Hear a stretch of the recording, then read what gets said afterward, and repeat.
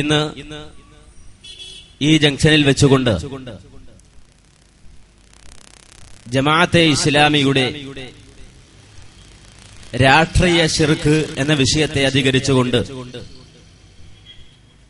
ഏതാനും ചില കാര്യങ്ങൾ എന്റെ സഹോദരങ്ങളുടെ ശ്രദ്ധയിൽ കൊണ്ടുവരുവാനാണ് ഈ അവസരം ഞാൻ വിനിയോഗിക്കുന്നത്. ജമാഅത്തെ ഇസ്ലാമിയുടെ രാഷ്ട്രീയ ശിർക്ക് എന്ന ഒരു വിഷയത്തെ സംബന്ധിച്ച് ഈ സമയത്ത് ഇവിടെ വിശദീകരിക്കേണ്ടി വന്നതിന്റെ ആവശ്യകത എന്നെക്കാൾ കൂടുതൽ അറിയുന്നവരാണ് ഇവിടെയുള്ള ശ്രോതാക്കൾ എന്ന് ഞാൻ മനസ്സിലാക്കുന്നു. കാരണം ജമാഅത്തെ ഇസ്ലാമിയെ സംബന്ധിച്ചും ജമാഅത്തെ ഇസ്ലാമിയുടെ പ്രവർത്തനങ്ങളെ സംബന്ധിച്ചുമൊക്കെ വളരെ നന്നായി അറിയുന്ന ആളുകളാണ് ഇവിടെയുള്ളവർ. പലപ്പോഴും ജമാഅത്തെ ഇസ്ലാമിയുടെ ശക്തമായ പ്രവർത്തനങ്ങൾ എവിടെ നടക്കുന്നുവോ ആ പ്രദേശങ്ങളിലേക്ക്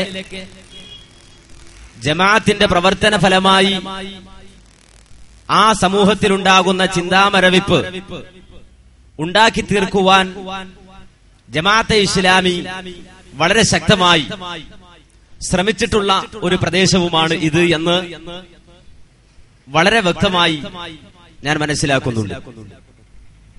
കാരണം ഇതിനു മുമ്പും പലതവണ ഈ ജംഗ്ഷനിൽ വെച്ചും ഇതിനടുത്തുള്ള പ്രദേശങ്ങളിൽ വെച്ചൊക്കെ ചില കാര്യങ്ങൾ സംസാരിക്കുവാനും ചില വിഷയങ്ങൾ അവതരിപ്പിക്കുവാനും ഭാഗ്യം ലഭിച്ചിട്ടുള്ള ഒരു വ്യക്തി എന്ന നിലക്ക്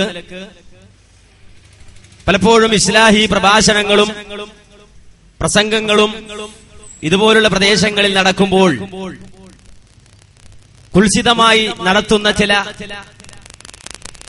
കുശുകുശുപ്പുകളും അതുപോലെ തന്നെ ചില കുപ്രചരണങ്ങളുമൊക്കെ അനുഭവിക്കാനും കേൾക്കുവാനും സാധിച്ചിട്ടുള്ള എനിക്ക് ജമാഅത്തെ ഇസ്ലാമിയെ പോലുള്ള സംഘടന ഒരു സമൂഹത്തിലുണ്ടാക്കുന്ന ധാരണപ്പിശകുകൾ എത്രമാത്രം ശക്തമാണ് എന്നത് മനസ്സിലാക്കാൻ സാധിച്ചിട്ടുണ്ട്.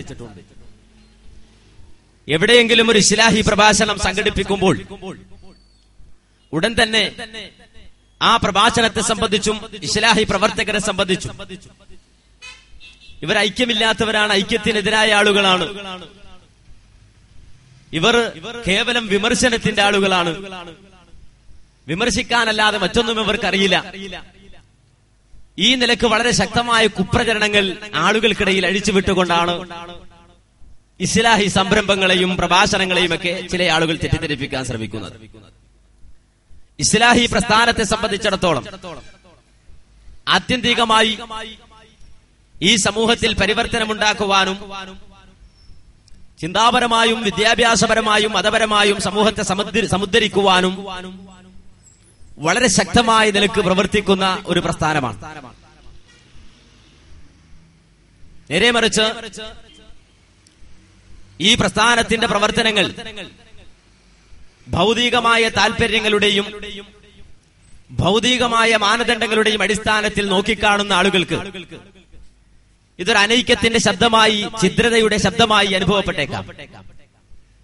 ആത്യന്തികമായി ഇസ്ലാഹി പ്രസ്ഥാനത്തിന്റെ പ്രവർത്തനം കൊണ്ട് ഉദ്ദേശിക്കുന്നത് കേവല ഭൗതികമായ വിജയങ്ങളെക്കാളെല്ലാം ഉപരിയായി മനുഷ്യന്റെ പാരത്രിക ലോക ജീവിതത്തിലെ വിജയം ഉറപ്പാക്കുന്ന നിലക്കുള്ള പ്രവർത്തനമാണ് ഇസ്ലാഹി പ്രവർത്തകർ കാഴ്ചവെക്കാറുള്ളത്. അതിന്റെ അർത്ഥം ഈ ദുനിയാവിലെയും ഭൗതികമായ ജീവിത സാഹചര്യങ്ങളെയും ഇസ്ലാഹി പ്രസ്ഥാനം മുഖവിലെടുക്കുന്നില്ല എന്നതല്ല. നേരെ മറിച്ച് ആത്യന്തികമായി ഈ പ്രവർത്തനത്തിന്റെ ഉദ്ദേശം, അതിന്റെ ലക്ഷ്യം പാരത്രിക മോക്ഷമാണ്. അതുകൊണ്ട് തന്നെ ഒരിക്കലും അനൈക്യത്തിനു വേണ്ടി, ഛിദ്രതയുണ്ടാക്കാൻ വേണ്ടി പ്രവർത്തിക്കുന്ന ഒരു പ്രസ്ഥാനമല്ല മുജാഹിദ് പ്രസ്ഥാനം.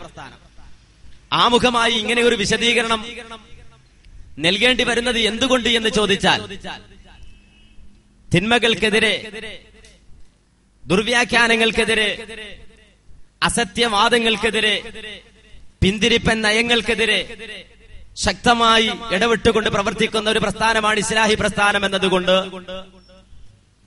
അസത്യവാദികൾക്കും അസന്മാർഗത്തിന്റെ വാഗ്ദാക്കൾക്കും ശിർക്കിന്റെയും ബിദ്അത്തിന്റെയും വാഗ്ദാക്കൾക്കും ഇസ്ലാഹിന്റെയും ഇസ്ലാഹി പ്രവർത്തകരുടെയും ശബ്ദം വളരെയധികം അരോചകമാണ്.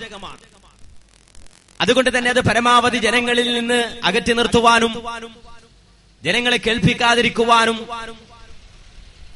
വേണ്ടി തന്ത്രപൂർവം നടത്തുന്ന കുപ്രചരണമാണ്. ഇവർ അനൈക്യത്തിന്റെ ആളുകളാണ്, വിമർശകർ മാത്രമാണ് എന്ന് നാം ഇവിടെ മനസ്സിലാക്കേണ്ട പരമപ്രധാനമായ കാര്യം, കേരള സമൂഹത്തിൽ ഇസ്ലാഹി പ്രസ്ഥാനത്തിന്റെ പ്രവർത്തനം ആരംഭം കുറിച്ചത് തന്നെ ഈ സമൂഹത്തിന്റെയും സമുദായത്തിന്റെയും ഐക്യത്തിനും കെട്ടുറപ്പിനും വേണ്ടിയാണ്.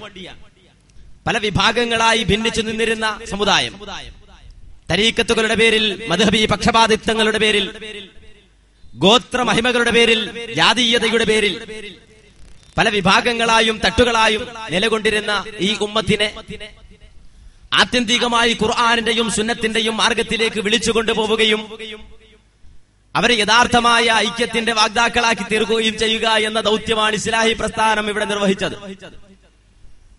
ആ ഒരു പ്രവർത്തനത്തിനിടയിൽ തിന്മകൾക്കെതിരെ ശക്തമായി തന്നെ ശബ്ദിക്കേണ്ടി വന്നിട്ടുണ്ട്. ശിർക്കുകൾക്കെതിരെ, ബിദ്അത്തുകൾക്കെതിരെ, നയ പിഴവുകൾക്കെതിരെ, അസന്മാർഗിക പ്രവർത്തനങ്ങൾക്കെതിരെ ശക്തമായി ഇസ്ലാഹി പ്രസ്ഥാനം പ്രവർത്തിക്കേണ്ടി വന്നപ്പോൾ